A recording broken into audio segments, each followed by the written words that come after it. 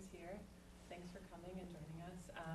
They all work in animation in some way, among other things that they do in their lives. But we're going to talk about their lives as animators and their process, and a little bit about their background, about how they became animators, and what they're going to be presenting here at Citizen Jane. So I'll introduce them all, and we'll talk a little bit about what they're doing at the festival, and then we'd love to have questions from you and have a really good, engaging conversation.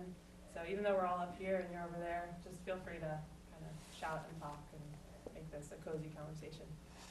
And to viewers at home, thanks for watching if you're out there, and come on down to the festival. Our box office is at Ragtag. Buy some tickets, support our festival. Okay, this is Laura Klein. She's here presenting an installation called Be Home Soon, which will be opening Saturday night upstairs, and it's in the process of being installed and created. Jo Deary has not only brought some of her own films, but she's curated an experimental animation program, which will take place Saturday morning. Shira Durman flew in from Israel, and she's an artist and animator, and she's the concept illustrator, which she will tell us what that is, for a film called 999, which is playing Saturday morning and Saturday evening.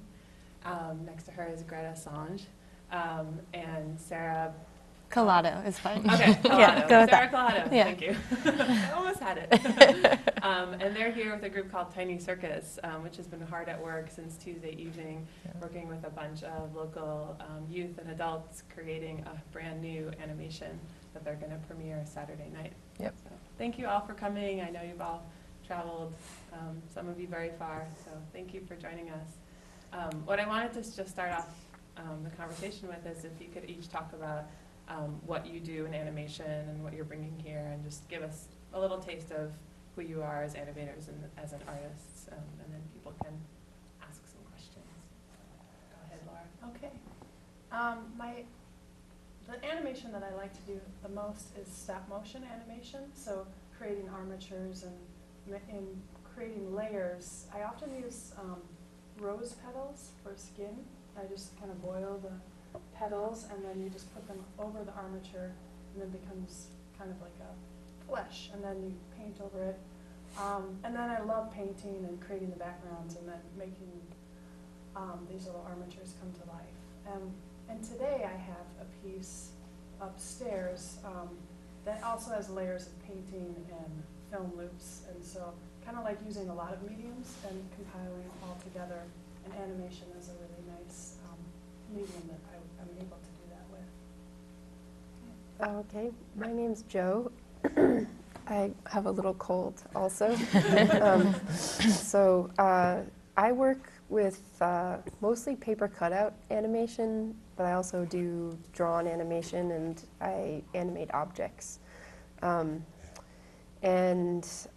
studied live action filmmaking mostly as an undergraduate, and then sort of just realized, slowly how much I love to draw, and kind of, I've kind of been, discovering the ways that, my own kind of particular techniques of creating films that kind of mesh all different types of animation and live action. There's live action in my films as well. And you recently started doing digital filmmaking too, which is amazing. Yeah, first couple of my films were made on 16 millimeter, and then now I sort of have built a setup that uses a digital SLR camera to kind of still be able to animate under the camera, but then I can kind of do some computer animation also. So kind of big leaps in terms of what computers can do with animation now. So it's all very exciting. I'll try. I don't know if it works out, but it'll probably warm up. You just smile. My early background in art is mainly in drawing and painting. That's what I've always loved to do best since I was like 0. And I went to an art high school, and then later on to an art academy. I did a lot of things which specifically related to drawing. That was like my main thing. And at a certain point, I started asking myself all these questions. What do I do with these drawings? And it doesn't make sense to just, put them on walls and have people watch them. It's not useful. And then that got me into doing something that's a little bit more practical with drawings. And then illustration and animation came in. But now these are the two fields that I feel most comfortable with.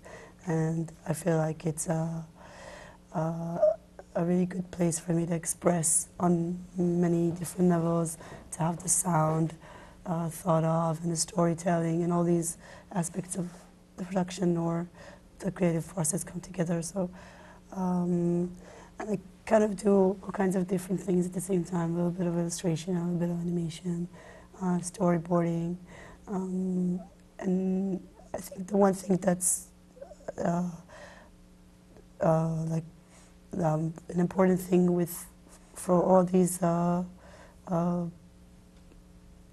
fields of would be storytelling, and how to express that, how to get these messages across. So that's the thing that I'm most interested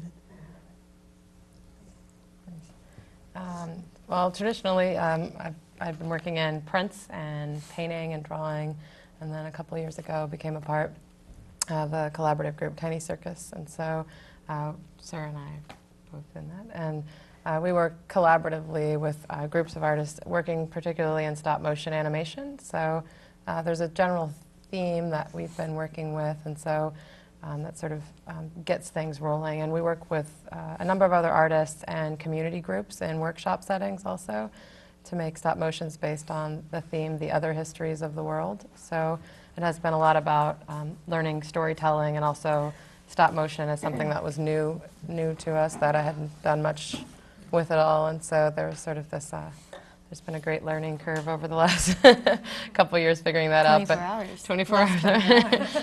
But we make films on things like the history of rain, or the history of popcorn, and the one here at the festival is the history of war. So there's sort of this great range of possibilities where they're sort of playful and serious and beautiful and kind of poetic all at the same time. So, but traditionally we've been working in stop motion, doing paper cutouts, some drawn animation, some sort of live shooting with people in a stop motion method. So working with Tiny Circus is what kind of drew you into doing yeah, animation? yeah, definitely. I think there was an interest there before that was slight, and then definitely has evolved out of that, and getting into it knowing nothing about it at all has been an interesting process. So it's sort of, yeah, it's been great. Yeah. Do you want to? This is actually like my first experience where I feel like I could call myself a filmmaker. At home, I'm normally a painter, printmaker, and then when the Tiny Circus kind of gets together, I get to play that role of filmmaker and animator, and making cutouts, and it's great. And anybody can do it. It's awesome. So when I was thinking about this panel, I was thinking that you are all kind of alchemists in some way, that you all take things that just seem like simple or boring or dead, like just a piece of paper, and can make it come to life in some way. And I was just wondering, when you think about doing your animations or working with other people who are doing animations, do you see the whole process from start to finish? Can you imagine the magical act that you're about to embark on, that you're going to take this, piece of paper and going to cut it out, and it's going to move in space like this and this, and it's going to take 24 frames to do this? Or do you just kind of start working? And I'm just curious if each of you could talk about that process individually, or jump in. Well, I think with us in particular, because the nature of Tiny Circus is, it sort of is about distilling it being one person in the making, that it is a lot about collaboration. And so definitely getting into it, when we get in these, like the workshop here was 2 days, and then in the course of the summer, when we have a longer working period, we'll spend a few weeks, or even there have been some that have been a few months long. So getting into it, no idea based on the theme, the other histories, but not knowing what that specifically is going to be, that there are a lot of unknowns. And it's sort of beautiful to watch that evolution between what the topic's going to be, who the characters are. And I think in the shooting itself, because you've got 6 or 7 or 12 or 20 people getting in there, being a part of the shooting and the music making and the editing. And we that, drew this yeah. topic out of a hat. So, I mean, we Can went you into it- describe that process though? Because there are some funny things that happen. So we brought a hat. No, show you. I like hats, so I wear hats, and I had a hat. And I mean, everyone wrote like a one-word topic on a little scrap of paper, and it went into the hat. And But then some people wrote more than one. some It may have there been, was- yeah. it may have been a stuffed hat. We actually ended up going through them last night, and we found 5 or 6 that said war. So that was a A big topic. big topic for the kids to choose. That's how So, wars start. Yeah. I mean, we kind of go into it kind of Yeah. blindly, and Yeah. that's how like the brainstorm starts off of choosing the topic out of the hat. And right next to it was pizza, you know, so it was like, well, History of I pizza. mean, so we ended up with the history of war, or, you know, so there are a lot of unknowns. Do you set any parameters up for the participants in the workshop, or do you guide them to kind of think about length or approach or Yeah. media or something We like do. that? I think that that the nature of collaborating with that many people is something that also has been a really new part of the process. And so I know through the other workshops, we've come to some conclusions about just some things to set forth ahead of time that make it easier to get through that process. And also the nature of storytelling is something that I've never really delved into that much, and I think most of us haven't. And so talking about building on someone else's idea and in that collaboration, talking about having to relinquish or to let go of some ideas and hold strong on others, and where you push and pull is definitely an interesting dynamic that you have to talk about in the beginning of collaboration, because we don't want anybody crying in the corner because we didn't do the history of pizza, but you know, but there are so many parts of this process. Like I'm sure everyone else knows that it is this lengthy process with stop motion, that there are all these parts where people can get in on it and make make their mark in it. But it is kind of about, I don't know, it's been about that collaboration. So you brought up storytelling, which is something that Shira said is really important to her. And so for your process, the story evolves organically as you're working with the participants. I'm wondering how that has happened in the past, or how it happens for you now in your guys' work.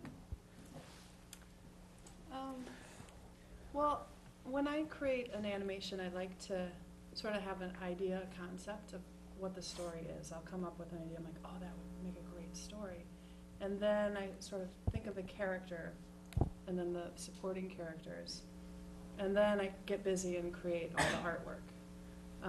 And then I go and I think it's really helpful to do a storyboard, because once you start animating, I mean, you just like frame by frame by frame. So if you film it in the wrong order, that's even more editing and a lot more tape to like splice together.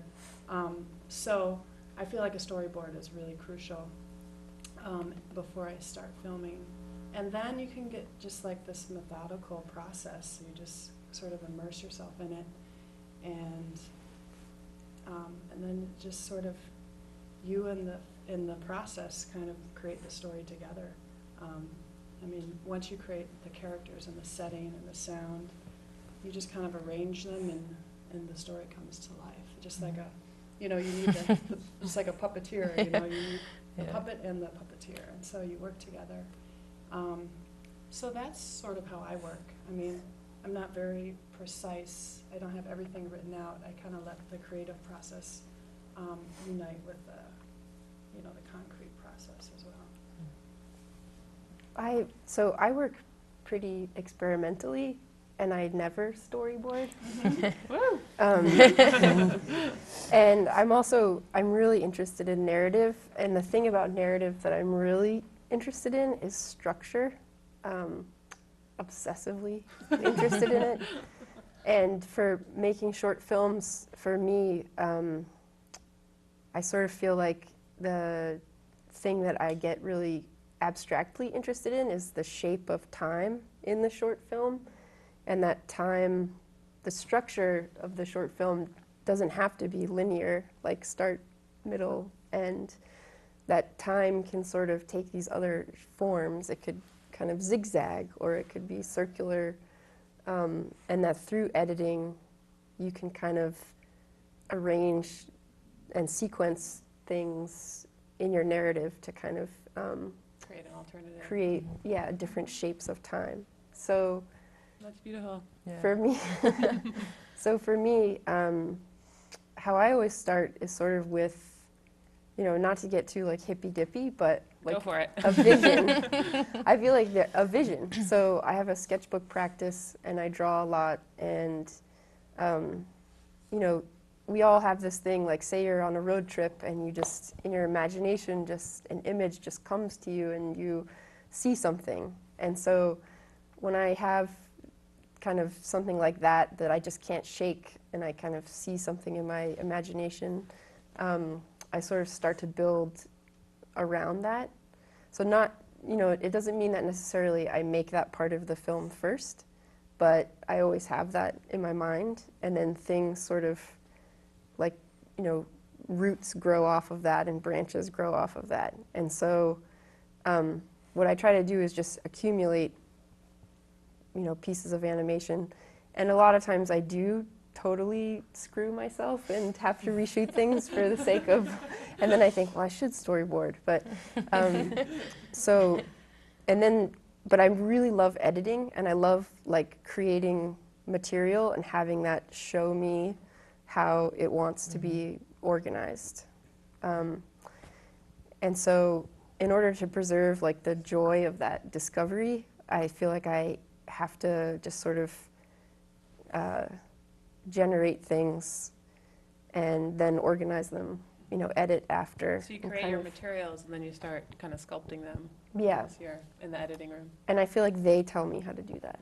I think that's the important part for me, is when the clips start talking back and say like, what if this movie changes if you take this scene and you put it, So, but I also love character, and I love, more fairy tale and fable type stories. So, Could you talk about the characters that appear in the films that you're showing here? Because I think that okay, yeah, Really most of good. my characters are animals. All of my characters are animals. And so, and I definitely I'm not interested in like personifying animals really, but I use the behavior of that animal as sort of like an archetype that is its own character. Sort of like, so the traits of that animal sort of fit into the logic of the story in such a way. So one film has bats in it, and that the theme of that film is sort of like decay and regeneration, which bats are really crucial for. Just in nature, they pollinate. So sort of like the behavior of that creature is, ties into the subject matter of the whole film. Do you do a So- lot of research on the animals that you have in your films? I do, yeah. I mean, the bat film. I lived with Jo when the bat film was happening. She did a lot of research. Yeah, and I did a lot of research, and then for years I've had people call me and I have a bat in my house. What should I do? And I'm like, I don't really know. But I joined a conservation agency because there's like a lot of, especially now in the Northeast, there's a lot of threat to the bat population because yeah. they have this disease that they've found where the bats get like a fungus on their nose and entire colonies are wiped out.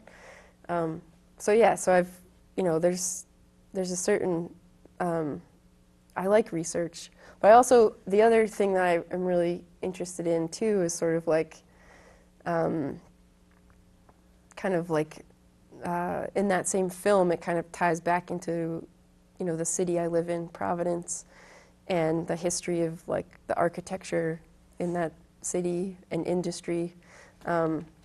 So there's different, thematically things kind of like all start to, I think for me storytelling is amazing because it's sort of how we make sense of everything in our life. It's sort of how we pass meaning between us. And so, you can have all these connections you can have all this experience in your life and the ways that it connects and overlaps, but you can kind of package it in a story and then hand it to someone else. And I think that's a really magical thing. So, That seems really apropos to what Yeah. you guys probably were just doing in the room next door. Yeah, yeah. Is that in any way similar to how you explained what creating a history or a Yeah. story was to the Well, students that you worked Yeah, with? one thing that we work on a lot is, one thing that we're attempting to, and that's driving this force is, I think making something that can be presented in any kind of format and be really clearly understood. And so we work really hard at trying to make that logic clear. And sometimes, I think one thing that was really hard for us in the beginning is like thinking, I know in one particular instance I had just learned to make all these shadow puppets, and they were just so beautiful. It was kind of mesmerizing, just the visual part of it. But when it came to making a story, this particular story, it didn't help it. It wasn't clear, and you kind of got sidetracked by this other part of it. And so it's sort of this different case when we look back at these and trying to make a clear narrative that people can get, and that's got this sort of kick to it about how this thing got to be in the world. So we work hard at trying to figure out things that can be clearly communicated, and oftentimes it's sort of editing and paring down and aiming towards sometimes some sort of visual simplicity or simplicity in the narrative, so that it can sort of be everybody gets it, and there's no sort of inside jokes to it, you know. And it takes a lot. And I think the brainstorming for this was like 4 hours, you know, with 10 to 14-year-olds and a group of adults all in there, really like charging in, and then the ideas shift back and forth, and then some blend together, and then, you know, we build. And it's this crazy process to try to get something that's a very clear narrative. It's tricky. And then it's also really rewarding Yeah. when you go back and you look at it and you're like, wow, that was successful. That worked. Yeah. Is that how you feel about this one? Yeah. Yeah. Yeah. Yeah. For a Definitely. while we were like, oh. Well, when I heard that was the topic, I was like, do I have to go down there? Don't make me come down there. Yeah. Yeah, no, I think, yeah, that was definitely intimidating. And in a lot of ways, I think, and we've talked about it, that it was sort of the perfect forum for that. I think history of war, I mean, that could be really, I mean, it's loaded, you know, Yeah. and so I think it was really beautiful to watch, you know, all these age groups and their different sort of takes on that, and evolve into something that was a narrative that was something that a lot of the people involved called for, some things that they had in mind that it should or shouldn't be like, or what war meant, and that by itself is just this beautiful discussion when you're sort of talking about a topic, and what these things do, how things function in the world, and everybody kind of putting in what they think about this particular topic, and then getting to a narrative from there. It's kind of amazing. So, yeah, it's kind of humbling. Yeah. I want to open it up to any questions that we have in the audience, or I can just keep talking. Neely. Yeah, I was wondering if you could share more specifically about the works that are shown here and the process, and more about the specific works and how that came about, the films that are being shown here. Okay. Well, I'll talk about my installation a little bit. It's called Be Home Soon, and I used to work with a lot of found footage film, 60mm film collage, and doing these loops, and then the painting, and I wanted to try something new, like just something not, you know, to kind of combine things, and so I thought, well, I'll do an installation, and I was pregnant at the time when I made this, so looking at it now, I'm like, wow, that kind of looks like, you know, everything is happening inside of this installation, so you look inside, and it's just like how I was when I was pregnant, like all this stuff happening inside of me. So I was like, well, that was my baby was a big, you know, motivator in shaping this installation project. But also, it kind of addresses displacement and how, for various reasons, how bees are not going back to their hives. I mean, bats are under threat as well, but bees not going back to their hives when there's perfectly good hives there. They're just, for different reasons, not going back. And then there's so many houses for humans, and right now there are so many empty houses, and then there's so many homeless people not able to go inside of the houses that exist. So it's sort of a installation that addresses that, where everything on the outside seems nice, but then when you look in, there's layers to the problem. And so that's kind of what I'm doing for this festival, but a lot of film loops and interviews and things like that. correlated, or meshed with paintings. And so, so I decided on that, just to try to shift, you know, my paintings and my film and try something new, to try to, usually like I project and then the world is there, but this one, you look in and you see the world inside of a Structure. cube, a structure, yeah. So that's what is upstairs, and this building is called, I don't know. Helix Communication Okay. Center. Thank you. I put together a show that's a bunch of filmmakers from all over the U.S. I think everybody's American. And so I think there's like 8 or 9 films in that program. And then there's also 3 films that are from a collection by an author named Cecile Starr, and she's a film animation historian. And she wrote a book called Experimental Animation. And so she's kind of done this home distribution business for a number of years. And so I called her up and just said, you know, could you select something for this program? And so she picked 3 films. And then there's also a few of my short films.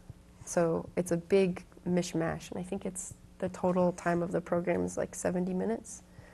So it'll be a good, lots of shorts. And when is that? Is when? Saturday morning. Yeah. 10 a.m. Come in your pajamas. Bring your cereal.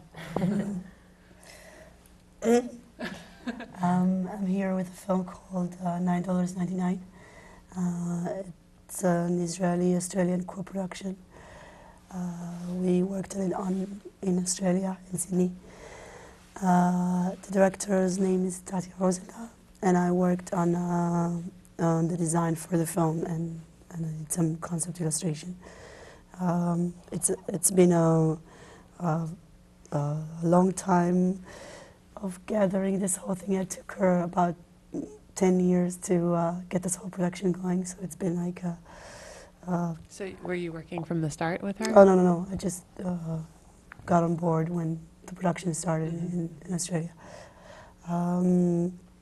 It's been a fascinating process to work on because she had her vision, and the story was that she co-wrote the script with an Israeli author called Edgar Keret. It's quite well known in Israel. He's also been translated into a lot of languages. So they had the script going and they had the story. Just getting the film financed took a long time, and she also made a short before that called A Buck's Worth. So that was another step on the way. But once the production started, the whole thing came to life in terms of the collaborative process with the other artists and everybody who was involved on the production. It was great, fascinating experience. Could you talk about your experience is different than some of the other women on this panel in that you were working on a more typical kind of large-scale film production where roles are more discrete and kind of you do this piece, this is the director, this is the cinematographer. Could you talk about that type of collaborative process? I mean, it's interesting. I was listening to all the other artists here talking, and it's so different. In a way, I'm feeling like I'm jealous. But this is so free and open. I don't have to storyboard my films. Wow.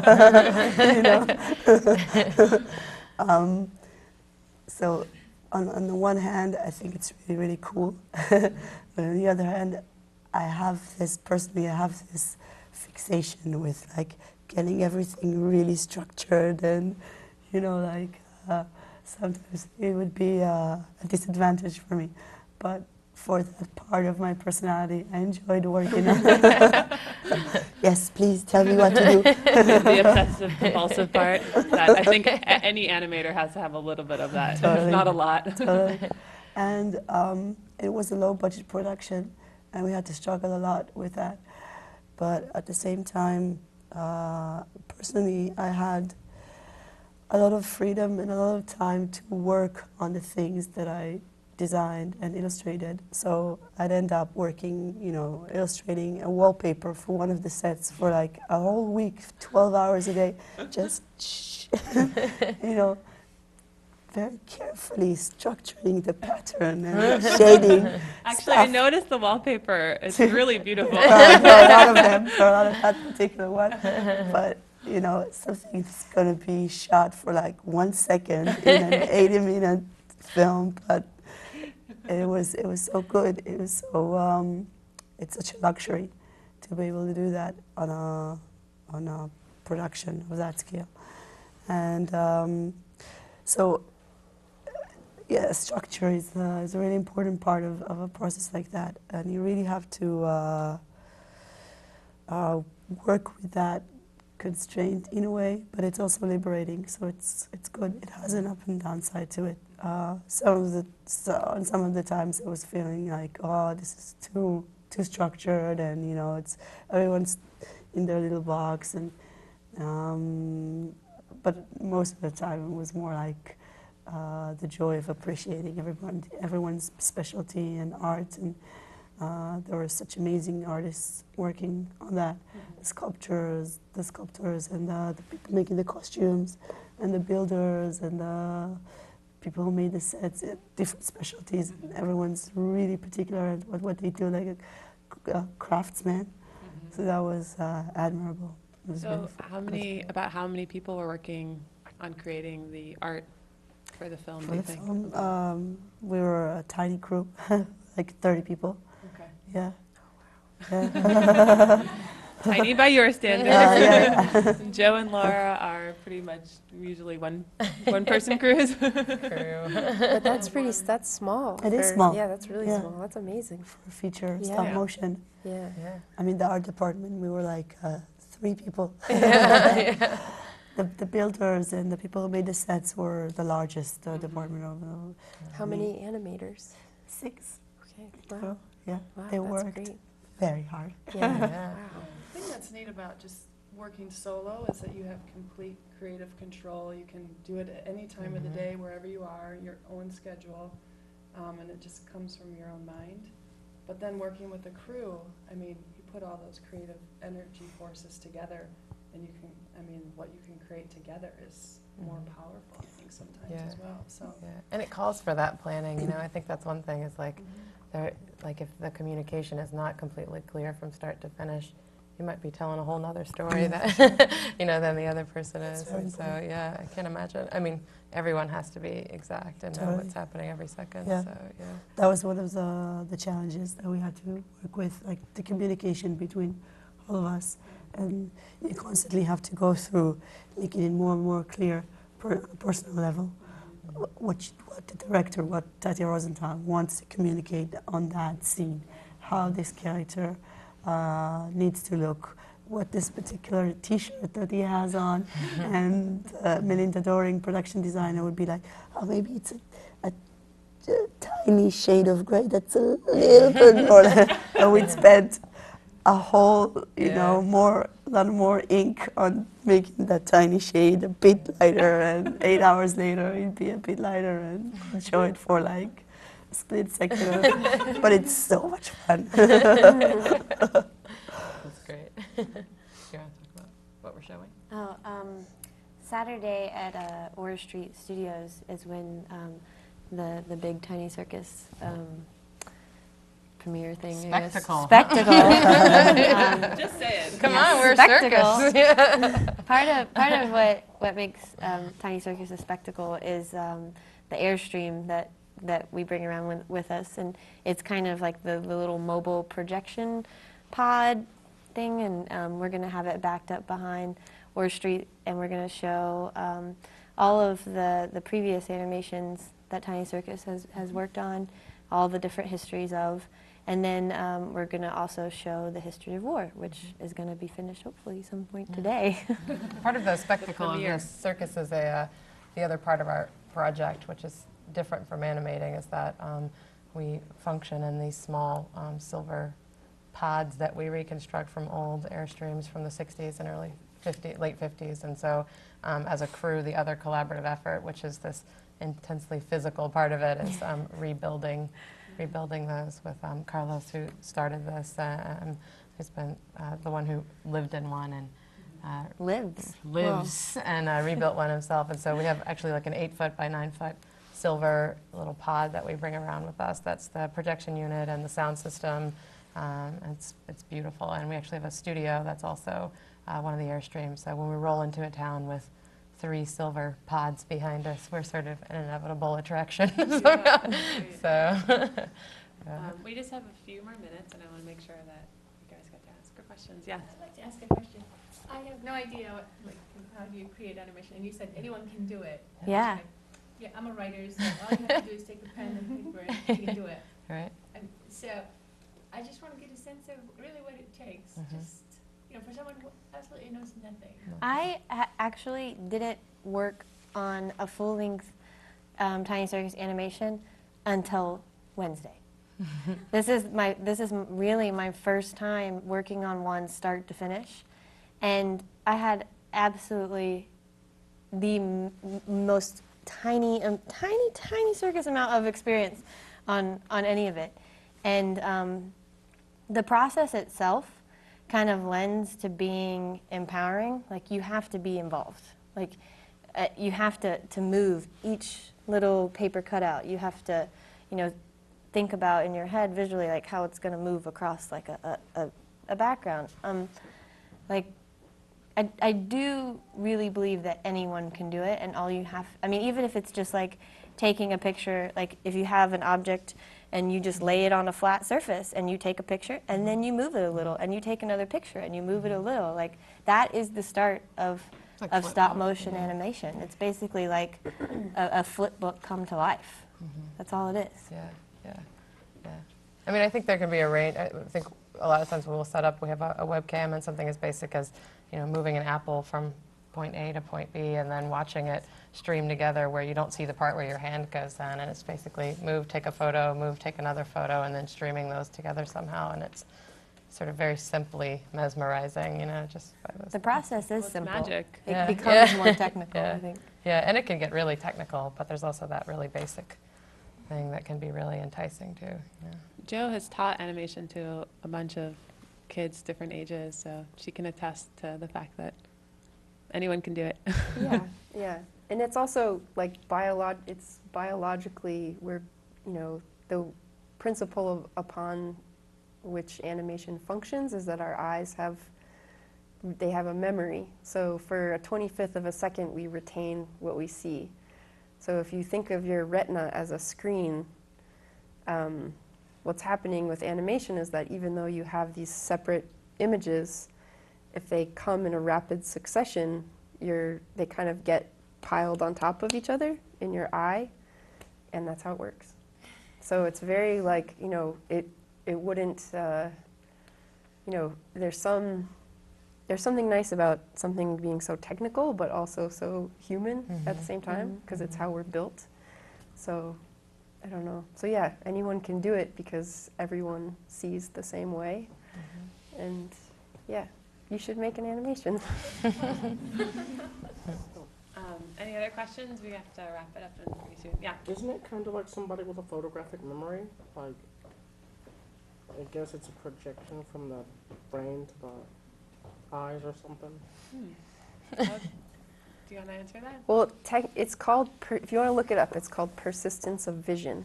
And it's how animation and film, it all comes out of this same, principle. And originally, films were run at 16 frames per second or 18 frames per second, and now they run at 24 frames per second, or 16 millimeter does, because they've figured out that that's how movement looks the most realistic. So the camera takes 24 little pictures every second. And then when the projector runs that film, it runs it at 24 pictures per second. And so we're able to put all those pictures together in our brain. So it is sort of, it's like what you said a little bit. But that's the term if you want to look it up, persistence of vision. So actually, when we're thinking, we're constantly editing, right? Pictures and things taken from different stories and telling. And that's what creates meaning in our minds. Our personal meaning is just what we select to put together. Yeah.